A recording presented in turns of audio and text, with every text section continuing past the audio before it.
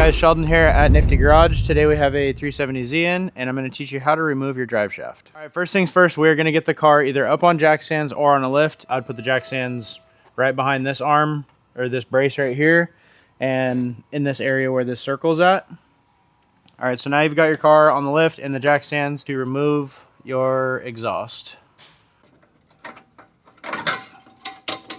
And throw this in the link down below. This is extremely helpful when you are doing hanger removals. Then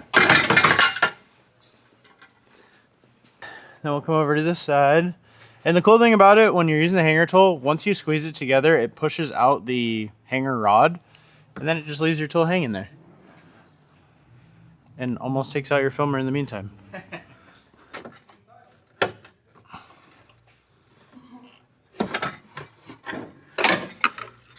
Everybody needs that.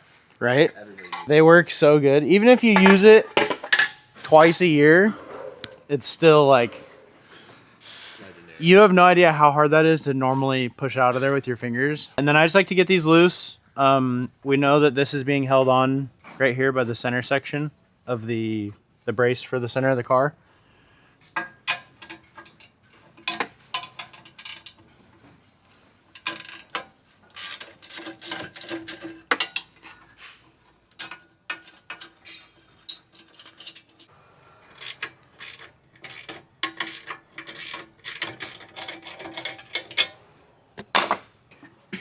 And then get it out from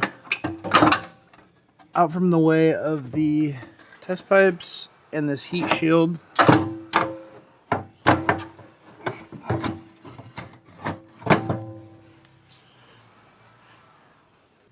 All right, so normally we would be removing this heat shield right here.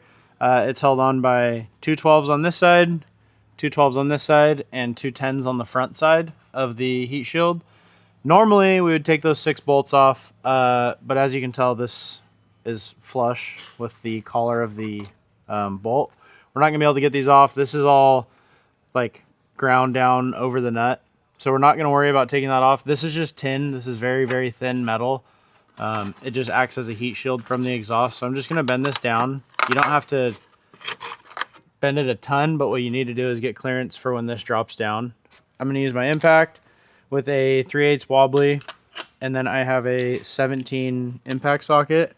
You're gonna need a impact socket or a chrome socket to get this off if you're doing it this way. It just fits really good inside the U-joint right here on the drive shaft. So there's 4 of these. All right, so we're gonna, like I said, these are 17s on this side, 17s on this side.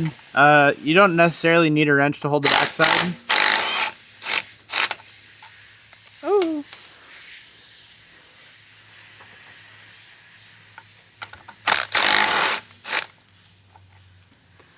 And then once you're taking your 4th bolt out, be careful. Sometimes the drive shafts fall out. Sometimes you have to kind of pull them out or pry them out.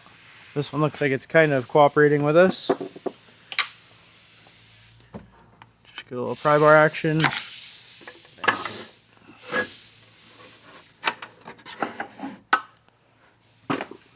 Alright,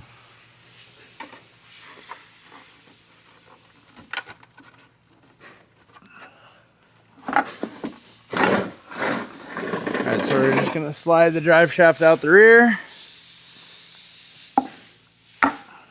And that is how you remove your drive shaft on your 370Z.